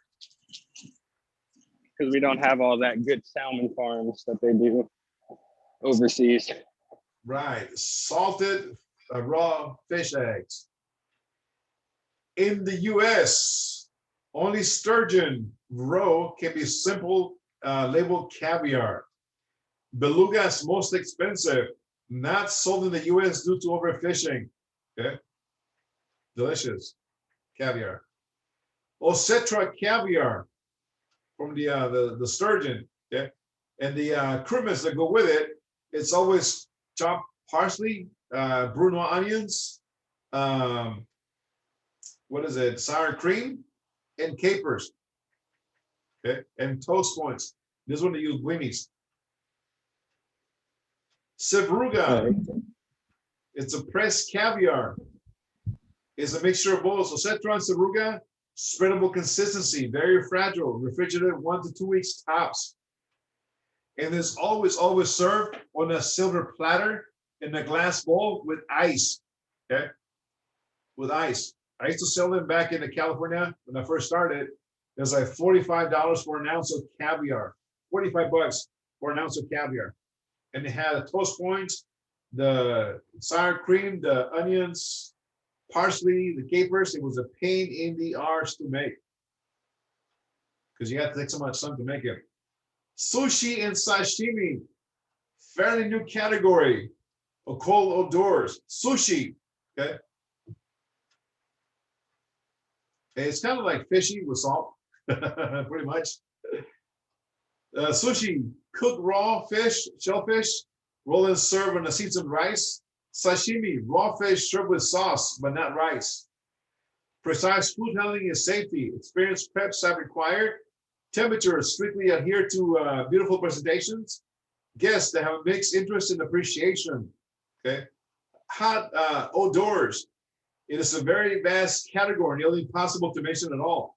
A few common ones you might encounter: field pastry shells, brochettes, meatballs can be one of them, Swedish meatballs, wrapped and bacon wrapped jalapenos, field dough, vegetable containers. So you can also have hot ones, okay? Hot outdoors. A little more expensive. So canapes, okay? Presentation is key to canapes, okay? Platters, trays, mirrors, or marble. Clean, clean, clean. No fingerprints. Display is very crucial. Pattern pleasing to the eyes. Okay. So if you get them all in a row, you have them all in a row. Okay. Centerpiece adds interest. Full but not cold cluttered. Okay. Levels of height, visual excitement. Simple and clean is best. So I'm going to show you guys on Friday how to make a little canopy platter with our menu. Okay. Here's some of my previous work with canapes. Okay, and anything can be canopy. This is what I used to do well back in Oklahoma. Top left are cucumber cups with crab meat. Top right is a simple strawberry, Driscoll strawberry. The stem has been cut off, so it sits on like a little pyramid. Have a slit in the strawberry, and I got a little piece of sliced brie cheese in the strawberry. Bottom left, okay. It's cream cheese inside an apricot, okay, apricot wedge. The middle is duck confit on top of a piped sweet potato puree and on top of a crostini. And the ones on the right hand side, those are the ones I did for school a while ago. like about 2 years ago. Okay. So let me zoom out to the one on the right hand side. Here we go. Okay, guys. So the one on the right hand side, you can see on the screen. Okay. Cannabis. Okay. Here we go. Okay. Here, the one on the right hand side, there's a shrimp cocktail with a dollop of cocktail sauce on a little crostini. The next one to it is a turkey cornucopia, a little bit of mustard on a little basil spread. Next one to it is an apricot with cream cheese, and the third one is a little barquette with a cucumber cream cheese. In the background display is a garmage fruit carving, cantaloupe, bell pepper, red and green, and a zucchini on the background. And that little horny thing, the horn is a napkin with aluminum foil. So that's a canopy visual tray with height, center, and a presentation. Okay. So canapes on Friday. Okay, canapes on Friday. Here's some of the work that I used to do. Okay, sushi. It's time consuming, but it can be done. Okay. Here on the top left corner is your crudité. Now let me see if I can scroll back to the top right, top left. Okay, here we go. Top left. See that crudité display? I just described to you what you see at HEB, right? Little black plastic base. You celery sticks around it, carrot sticks, cherry tomatoes, and then your dressing in the middle. So we're trying to deconstruct that crudité presentation at work. Me and my executive Sue, my line coach, and we came up with this great idea, okay, of utilizing one of our square aluminum containers, filled it with purified water, and inside put styrofoam cups filled with beans, dry beans, to weigh the cup down inside the water, froze it. The next day we came out, removed that styrofoam cup with the dry green beans, and it had the indentation of the cup inside the ice. That's where we put the ranch dressing, in the other holes, the celery sticks sticking out, carrot sticks, blanched asparagus, bell peppers, and on the cherry tomatoes in the cup, and then broccoli florets in the other cup. And on that one went on top of a crushed ice on an ice seafood display. That is a crudité. Okay. So again, just trying to think outside the box. Okay. Caprese bamboo nuts with cherry tomatoes, mozzarella, and olive and basil. And here on the bottom left, right hand side, what we had is a chafouin salmon. We take a whole salmon that has been dressed, no guts, no intestinals, no intestine tract, nothing, just plain inside. We wrapped it in cheesecloth, tied it, and slowly lowered it into a court bouillon while it's simmering. Took it out when it was cooked, nice and gentle, placed it on a sheet tray of parchment paper, put it in the refrigerator until they got cold. Took it out, unwrapped it, and peeled the skin off of that salmon. And then we slice very thin sliced carrots, and you can slice cucumbers too, and start putting them as scales on the fish, and then brush them with aspic. That is a chafouin hot and cold display. That was for a gravlax display. So as you can see, smoked salmon, capers, cream cheese, eggs, and that was a big hit because the presentation of it, and it was edible too. You can eat it. Okay, it was cooked, it was poached. So some of the previous work, and of course, I always used to do ice carvings too. Here's another thing. A look at that chafouin salmon on the top left corner. Okay, see if I can go back. Top left corner. And the garmage is also responsible for taking care of the ice carvings. Okay, I think I stopped doing them in 2010 was my last ice carving. I haven't done them in a while. But it takes a steady hand. Okay, it takes a nice clean saw, a sharp saw, and the imagination to do such things. And then you take it into the freezer and we start detailing them. That was a while ago though. So garmage takes care of the ice carvings too. Okay. And that was my team, some of my team members working in the kitchen. As you can see, everybody's in same uniform, and then we're just having fun working in the kitchen. That was a while ago. Yeah, I miss those guys and girls. Okay. Anywho, okay. Again, just more snapshots of the team that I used to work before. We used to be one big family, and they used to have a lot of fun. working in the hotline, banquets, all over the place. That kitchen was big. Always took care of it. Always it was clean. Everybody was always professional looking. Okay. Your menu on Friday. Your menu Friday. We are making. Okay. We're making caper aioli. If you don't know what caper aioli is, it's mayonnaise with garlic and capers. Okay. Devil eggs with bacon. Okay. Elijah and Miss Anika, you guys might need some more eggs though. Okay. Might need about 6 more eggs. Devil eggs with bacon. We're making blinis with smoked salmon. We're gonna use some of the smoked salmon we're gonna make on Tuesday. Okay. Also gonna make, we're gonna bake the baguette. We're gonna make crostinis out of the baguette with the smoked salmon, the homemade ricotta, and lemon zest. That's on Friday. So Friday's canapes. See on the top left, double eggs, bottom level double eggs, the gravlax and blinis, middle bottom right, crostinis with gravlax, and the one on the right hand side. Again, canapes on Friday. Any questions about Friday?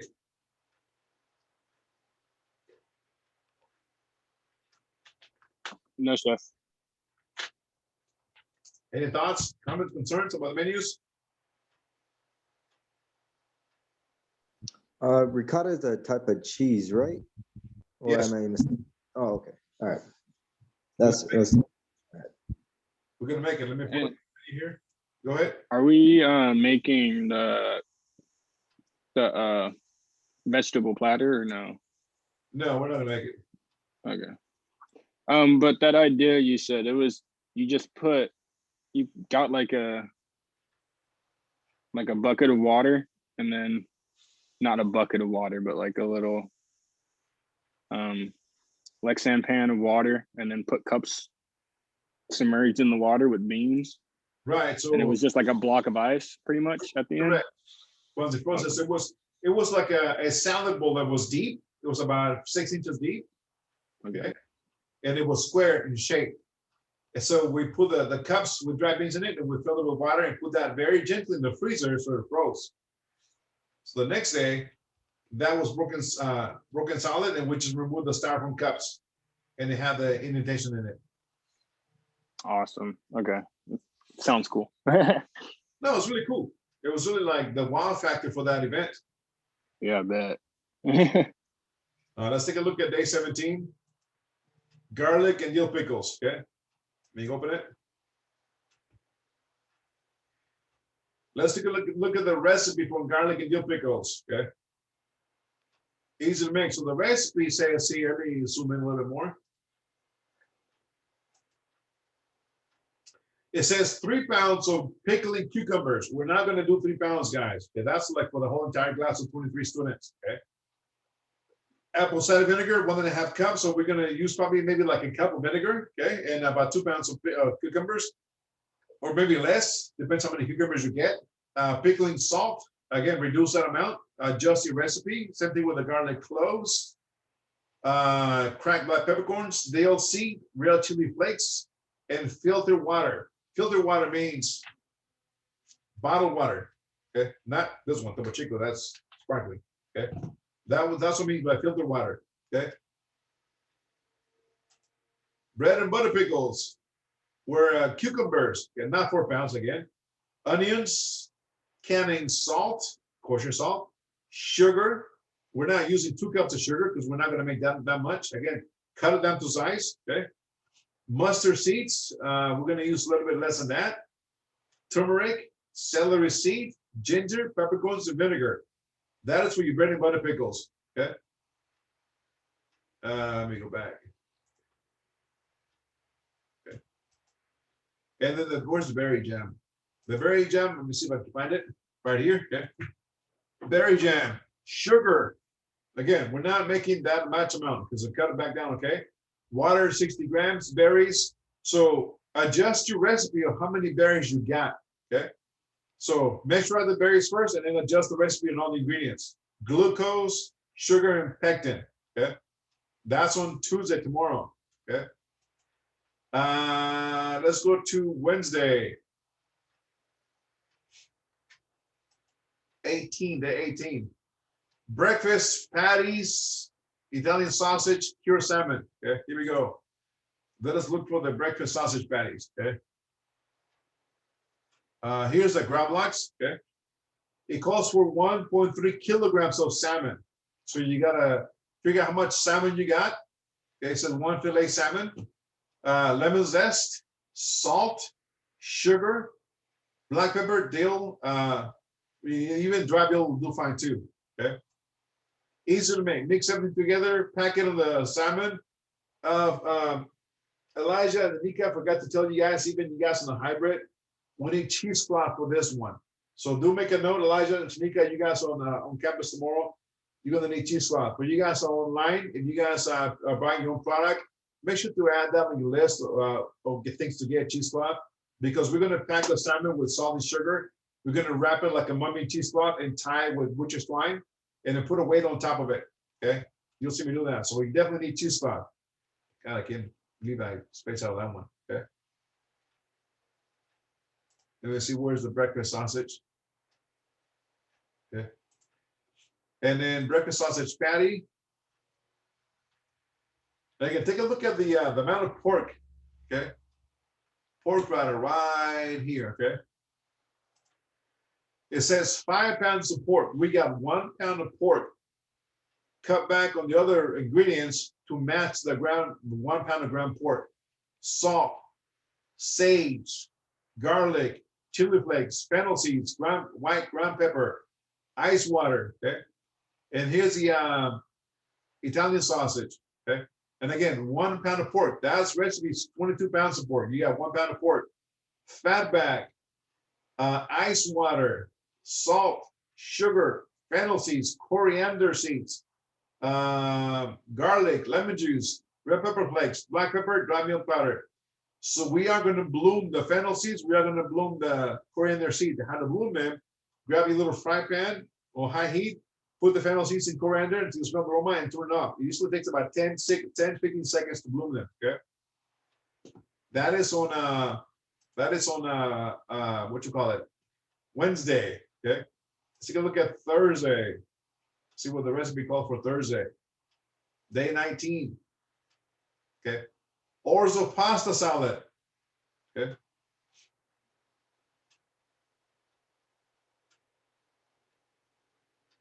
And then adjust your recipe, guys. Okay, for the much orzo pasta. You're not going to need 454 grams. I will do it 1 cup of orzo pasta, and then from that, do the rest. Okay. And the farm to table vegetables, whatever you want to put in your pasta, orzo pasta. But remember, your knife cuts got to be smaller and or equal the same size as your orzo pasta grains. Okay. And then bound chicken salad, again, mayonnaise, chicken. So you have to make, unless you guys are at home that have your own mayonnaise, you can use your store-bought mayonnaise. Okay. Celery, onions, small dice. Chicken, once it's cooked, medium dice. Okay. Salted cured egg yolk. I'll give you the recipe in a minute. And milk ricotta. Let's see what milk ricotta is all about. Okay. Gravlax, berry jam, bread and butter pickles, creme fraiche, mozzarella, sweet dough, compost salad. Okay. No, not that one. Okay. Chicken. Here's the chicken salad. Chicken, mayonnaise, mustard, tarragon, parsley, chives, red onion, celery, garlic. Again, you can make your own chicken salad, but don't overpower with a lot of the different ingredients. Just keep away from paprika and chili, cayenne pepper. Orzo pasta, the same thing. Okay, there it is. What else? Sausage, doing hot dog bun. What am I making that? Chorizo, liver, deviled eggs. So here's your Bellini. No, I don't want to make that yet, right? Ricotta. Let me see if I can pull the ricotta recipe. Okay. Milk ricotta. It says 1 gallon. We're not doing that much, guys. Okay. That's a whole bunch of ricotta for the whole entire class. So we're probably going to use 1 quart of milk for the ricotta. Okay. So cut back the amount of vinegar and salt on the ricotta. Okay. Got it? I know you love ricotta. You're making lasagna, go ahead and make the whole gallon, but no, we need all that. Okay. And of course, you know your baguette dough, right? Easy to do. Yeast, water, bread flour. Friday. Cape aioli, again, garlic, mayonnaise, so eggs, lemon juice, mustard, oil, and water. Deviled eggs, again, eggs. I like to use cream cheese on my egg yolks, makes it a little bit more firmer. Okay. Bacon and blinis, okay, with smoked salmon, the one you're gonna make on tomorrow, Wednesday. Blinis, okay, for those of you guys who are online, okay, very crucial, you guys to go take a look at this recipe. Sugar, baking powder, baking soda, lukewarm milk, okay, buckwheat flour. Okay, so you're gonna have a challenge finding buckwheat flour at the store. If you cannot find it, whole wheat flour is gonna do, okay?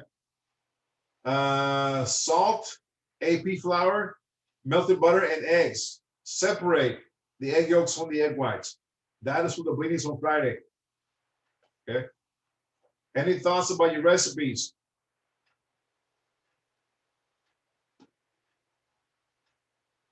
Oh, good to hear, Chef. My online peeps, any questions about your recipes?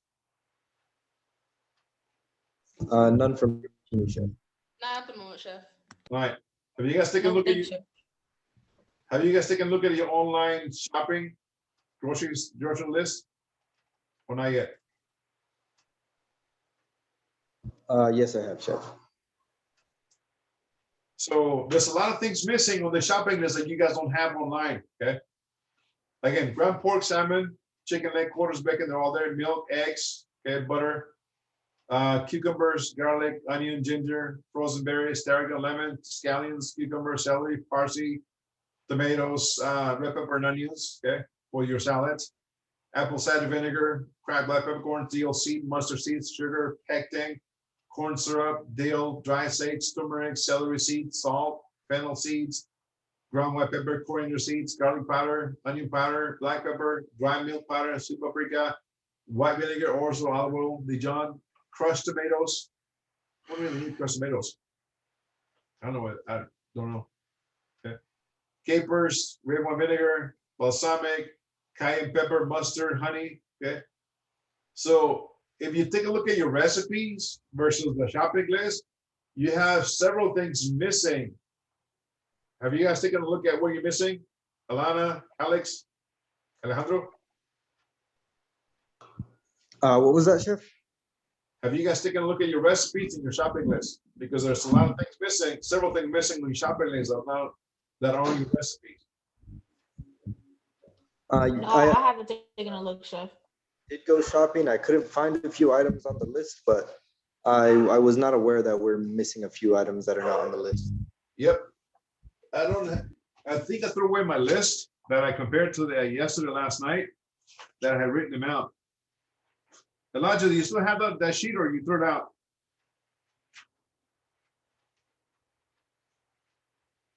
If I can send it in chat. You take a No, picture? I can't. Yeah, I have to. Yeah, I have the picture of the list. So I can send it to you. I can send it to the group chat actually. I'll yes, do that. send it to the group chat because the folks that are online. Alana, Alejandro, who else online? Ellie, right? Yes, Chef. Yeah, those are you. All three of you guys are online, so send it to them because there's a lot of things that you guys did not have on your list, on the shopping list, and on the recipes. So go ahead and send it to them. And again, one of the things that sticks out is the buckwheat flour. Okay, not on the list, but it's on the recipe for the blinis on Friday. I'm also online. Oh yeah, but Jaden, you picked up your product today on school. I couldn't find any of the horse wheat. The course week for what? The blinis? Think so. If you can't, whole wheat flour will do too. That'll work as well too. Okay. I was about to say, if you can make it back up to the school tomorrow, I'm at work from 6 to 12. I can get you some buckwheat flour. Okay. Thank you. Enough for the recipe. Yeah, we have Stan found a really big bag of it that I guess we ordered. So Awesome. yeah. So there you go, guys. Okay.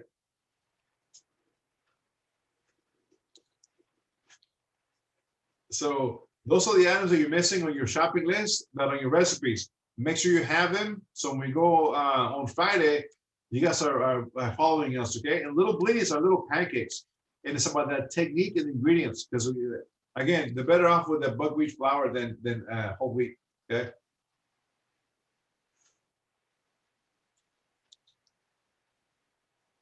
Any questions so far about this week? This week we're on right now, week 5.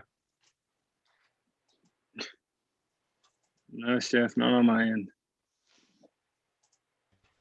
Okay, so the picture that Elijah's gonna send, that's gonna be the full shopping list of everything that we need, or that's just the stuff that's missing off the regular shopping list?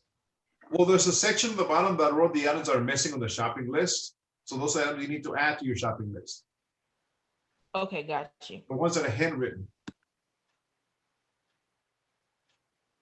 I'll send the picture again, edit it, and then circle it. Circle the portion. Yeah, and the first one is the second. No, the first picture. See at the bottom it says crushed chilies, fat bag, canola oil, more salt, yeast, bread flour, capers, and buckwheat. Those are the things that are missing from your shopping list.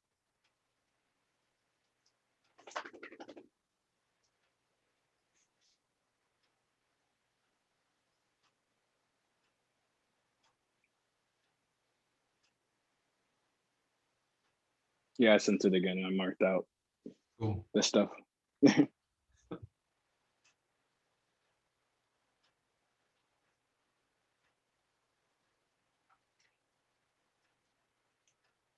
So there you go, guys.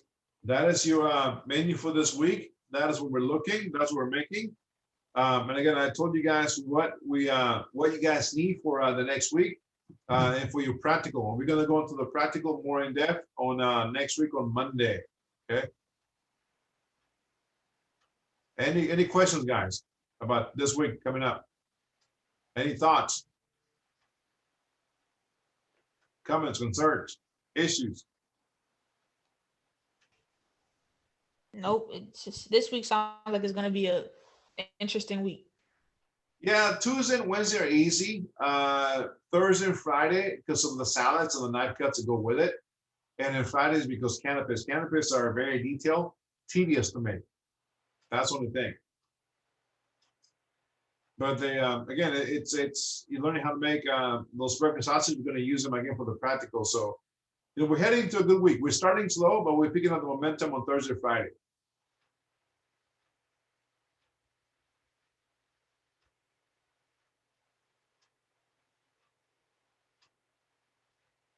Last minute thoughts, comments.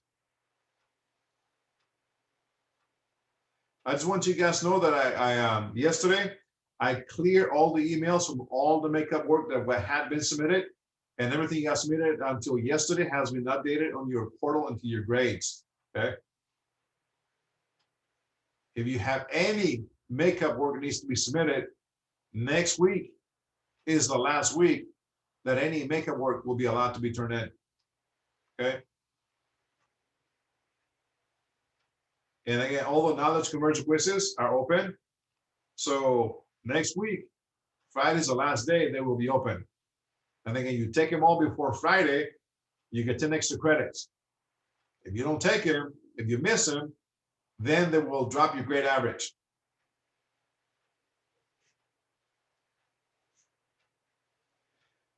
Moving forward, guys, just make sure that you know Monday from 10 a.m. to 12 o'clock noon is when you pick up your product. Okay. Chef Craig is there afterwards, and he's not very happy with you coming in and his students are there picking up his product. He's very by the book, with the book, for the book. Me, I'm a little bit more flexible. So if any of his students or any of other chef students come in that want to pick up the product, I gladly let him in to grab the product. Well, so you guys are picking up your stuff too. He is not like me. We're different. Okay. So make sure you make time to pick up your product from 10 a.m. to 12 o'clock noon. Okay.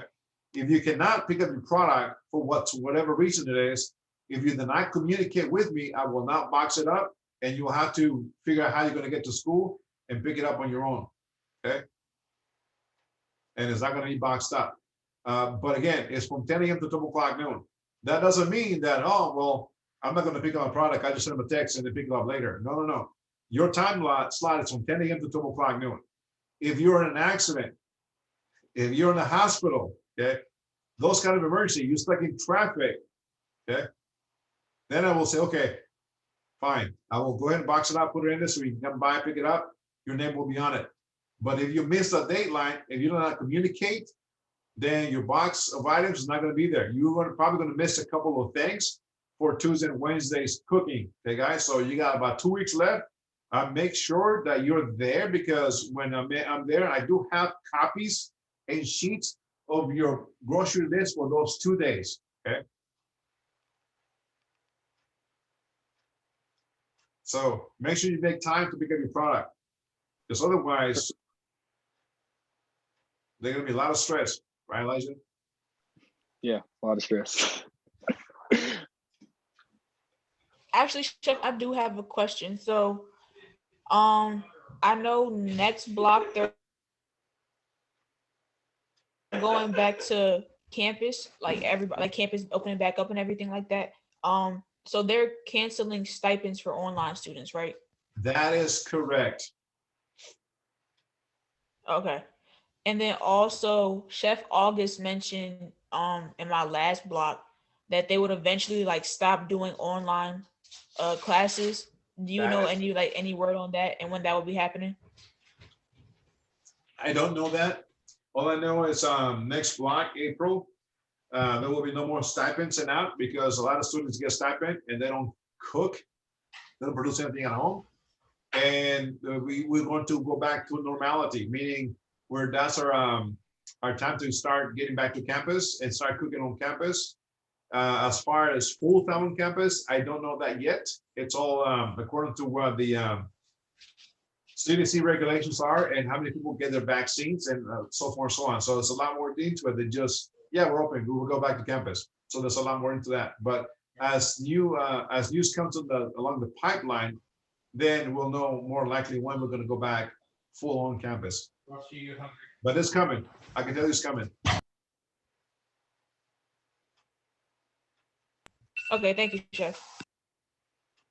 All right, guys. No questions, let me know. If you have any questions, you guys know where to reach me. I'll answer you as soon as I can. If I'm not in my other classes or lecture, because right now they'll be blowing up my phone. And I'm not answering it because this is my time with you guys.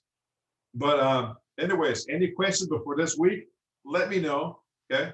Either email or text. I will gladly answer you as soon as I can. If not, I will see you guys tomorrow at Casa de Chef Miguel. Same bad time, same bad channel, making garlic dill pickles, bread and butter pickles, and berry jam, okay?